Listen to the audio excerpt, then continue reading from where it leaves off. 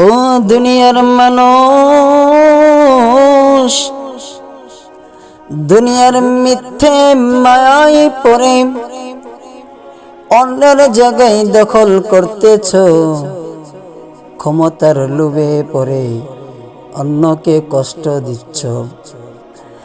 এ বিষয়ে রাসূলুল্লাহ সাল্লাল্লাহু আলাইহি ওয়াসাল্লাম ইরশাদ করেন, যে ব্যক্তি কারো সামান্য পরিমাণ জমিন আত্মসাৎ করে, অন্যায়ভাবে দখল করে নেয়, তাকে কিয়ামতের দিন সপ্তম জমিন পর্যন্ত দোষিয়ে দেওয়া হবে। অন্য বর্ণনায় আছে, রাসূলুল্লাহ সাল্লাল্লাহু আলাইহি সাল্লাম ইরশাদ করেন, যে ব্যক্তি জুলুম করে অন্যের এক বিগত পরিমাণ জমিনও দখল করে নেয়, তাকে আল্লাহ তাআলা 7 স্তর জমিনের নিচ পর্যন্ত খনন করার জন্য বাধ্য করবেন।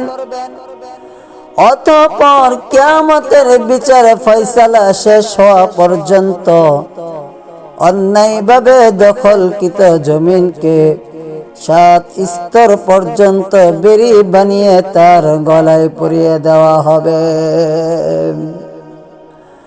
ও দুনিয়ার মানুষ, আজকের দুনিয়ার মিথ্যে মায়, মিথ্যে লালসায়, মিথ্যে অভিনয়, মিথ্যে ছলনায় পড়ে কার জন্য তুমি তোমার নিজের জীবনকে ধ্বংসের দিকে ঠেলে দিচ্ছ? এসব থেকে বিরত থাকো, এসব থেকে বিরত থাকো। জাহান্নাম খুব ভয়ঙ্কর। আল্লাহ কাউকে ছাড় দিবেন না, আল্লাহ কাউকে ছাড় দিবেন না।